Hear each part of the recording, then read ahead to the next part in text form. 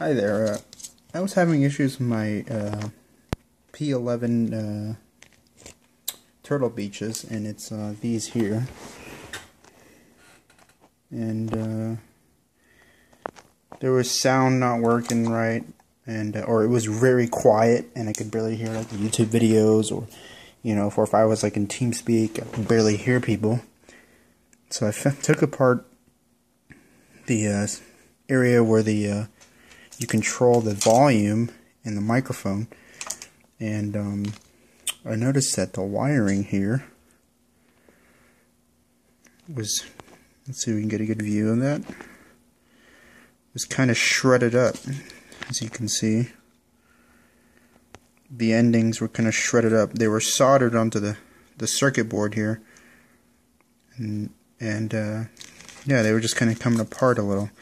So I got a soldering iron and took them off, and yeah, as you can see, like they're just not, they don't look very good anymore. I don't know if you can see that. There we go. So what I'm doing is I'm stripping the wire back a little bit more farther, and I'm just going to cut and get some fresh wire there and solder it back onto the circuit board. So yeah,